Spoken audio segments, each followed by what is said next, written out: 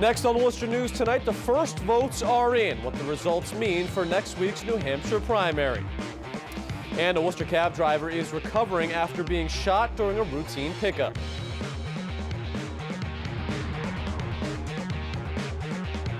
Good evening, thanks for joining us. I'm Tim McCone. We begin tonight at City Hall, where once again the Mosaic Cultural Complex was a focus.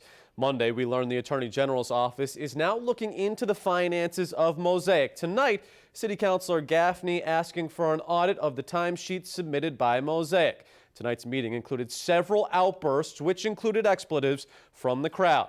They were removed from the meeting. Gaffney and the rest of the council decided to hold the second audit until the Attorney General's report came back. Our Patricia Nicholas has more on this story and what led up to tonight.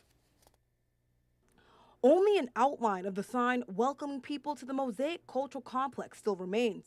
Monday, Worcester City Manager announced the Attorney General's office is investigating the nonprofit's use of state grant money.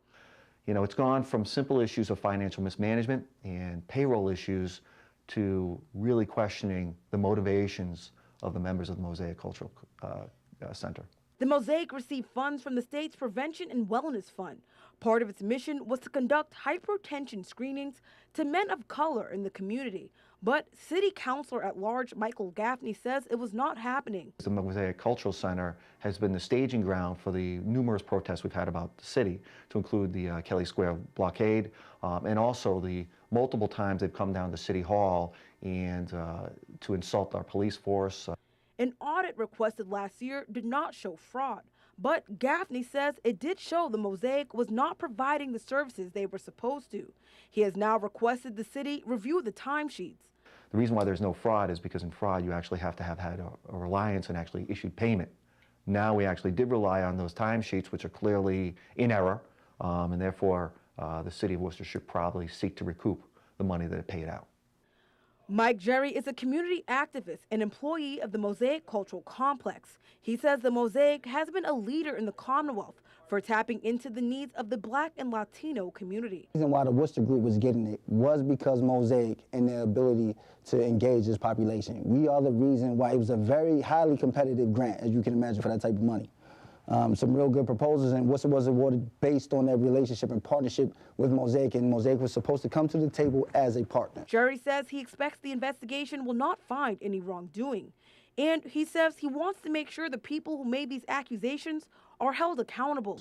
I can't say we will be exonerated once the AG does the second audit, unwarranted audit, unmerited audit. Once they do that, they're going to apologize. It's going to be too late. Patricia Nicholas, Worcester News Tonight. Police in Worcester are looking for a suspect after a cab driver was shot in an attempted robbery. It happened last night near Stockton and Vernon Streets. Police say the driver went to pick up a fare on Stockton Street when a man with a gun tried to rob him. Our Olivia Lemon has the latest. I go into it knowing that, you know, anything could happen. Anything could happen. Robert Powers was held at gunpoint 2 years ago while picking someone up in a cab. I wasn't paying attention watching him get in the cab, and he said to me, "You got 3 seconds to give me your money, I'm going to shoot you." Worcester police say Monday night a 62-year-old male cab driver was shot during an attempted robbery. He was responding to a Stockton Street address for a fare. As soon as he pulled up to that address, he was approached by a male, had his face covered. He was brandishing a handgun. It was pretty scary. Now to find out somebody got shot last night is like, I'm really nervous now about going to work. For Powers, this news is alarming, but he says it comes with the job. But, you know, there are a lot of good people in this world, and I pray every time I get in that cab, and God is riding along with me, and I know that. You don't know if you can walk down the street anymore. You don't know if you can, you know, open up your back door, your front door.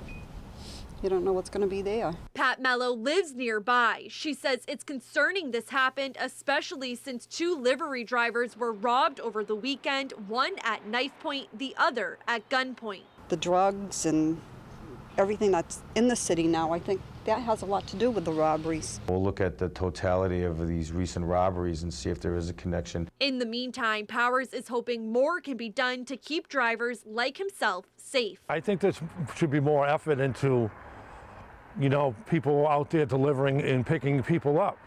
Absolutely. Now, the cab driver's injuries are not life-threatening. At this time, there is limited suspect description. If anyone has any information, you are asked to call Worcester Police. Tim, back over to you.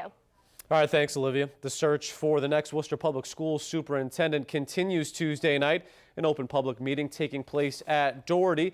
The school committee is planning on selecting a new superintendent by mid-March. Earlier this year, the school committee decided to keep the search internal. Tonight, the school committee heard from residents who offered their thoughts on the hiring process.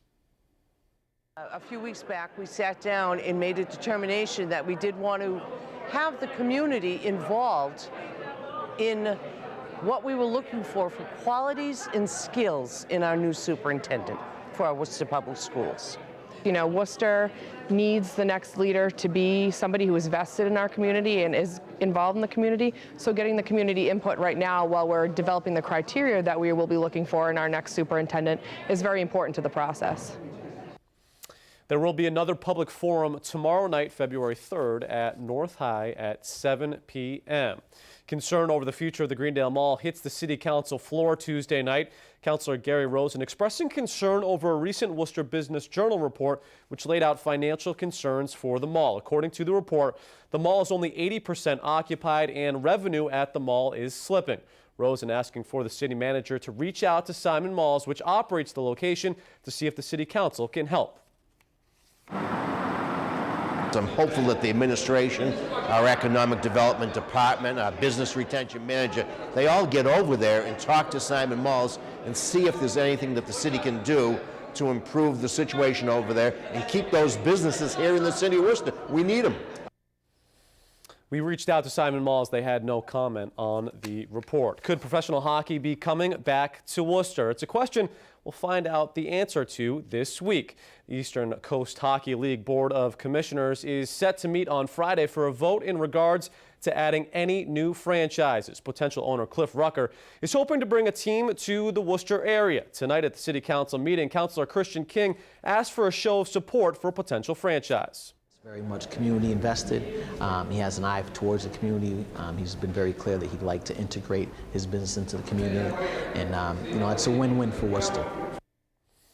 Hockey might be coming back to Worcester, but it looks like the Pawsox won't be coming. The team now says there is no active plan to move away from McCoy Stadium, its current home in Pawtucket, Rhode Island. For months, the owners of the Pawsox have talked about moving out of Pawtucket and going to Providence or even Worcester. However, the team also says while there is no active plan right now, they are not closing the door on anything.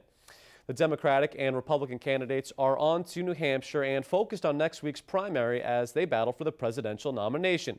Democrat Hillary Clinton and Republican Ted Cruz were declared the winners last night in Iowa's caucus. Our Andy Madison has more. A big win for Republican Ted Cruz. Breathing a big sigh of relief. And a close victory for Democrat Hillary Clinton. It certainly gives her some momentum, but there's also the expectations game. And Sanders, I think, can make some play off of having beaten expectations a little bit. Last night's Iowa caucus, the first votes cast in the presidential primary season. The Democratic race is now down to 2 candidates. And on the Republican side, Cruz finished first, Donald Trump second, and Marco Rubio third. Senator Rubio, who did much, in terms of the expectations game, did much better than expected. So I think he in particular goes into New Hampshire with some momentum. So what does this mean for New Hampshire? One expert we spoke with says next week's primary is very important to the Republican race. New Hampshire becomes a must-win for Donald Trump. He's got a significant lead, but a lot can change in 7 or 8 days politically. Glota says the primary is also important for Jeb Bush, John Kasich, and Chris Christie after a poor showing in Iowa. And this is only the beginning. People are really excited, but I really equate it to maybe the first 10 minutes of a football game. There's a long ways to go, and I think Super Tuesday is going to be the indicator of both the winners and the losers, and it will separate the top from the bottom. Andy Madison, Worcester News Tonight. A bold prediction from Punxsutawney Phil today. The famous Groundhog in Pennsylvania is predicting an early spring. And as our Brittany Schaefer reports, many around Worcester are hoping he's right. There is no shadow to be cast. An early spring is my forecast. Punxsutawney Phil did not see his shadow today, which means we're gonna have an early spring. I'm happy for the prediction because it's very nice to come out here with not a foot of snow on the ground. And we're enjoying the weather with the dogs here, and it's a beautiful day. Couldn't be nicer. Many Worcester residents managed to spend some time outside Tuesday. Elm Park saw a lot of action with people walking their dogs and spending time with their children. We're enjoying the pre-spring, soon-to-come spring, gorgeous day at Elm Park in Worcester, Massachusetts. Sheila Leonard was out with her grandson Jack enjoying temperatures in the mid-50s. She was happy about the Groundhog's prediction and also has a prediction of her own. It's going to be 75 every day. The sun is going to be out, maybe a few clouds so that we get to appreciate the sun. And hopefully my prediction will come true. Tuesday's forecast was Punxsutawney Phil's 130th prediction. According to Groundhog.org, Phil's forecasts have only predicted an early spring less than 20 times. But Stormfacts.com says his forecasts are only correct 39% of the time. Because this time last year I escaped to Florida for a vacation, and now I'm here and it's just the same as it was when I was in Florida. With these spring-like temperatures in February, people are hoping Phil's prediction is correct. It's nice to be, instead of shoveling, and be taking out the dogs for a walk and for a change. So I know we're not used to it, but last year we were shoveling every 3 or 4 days, and now going for a walk in the park, it's wonderful. Dozens of people were at Elm Park in Worcester today and all agreed that they wouldn't mind having an early spring this year. Brittany Schaefer, Worcester News.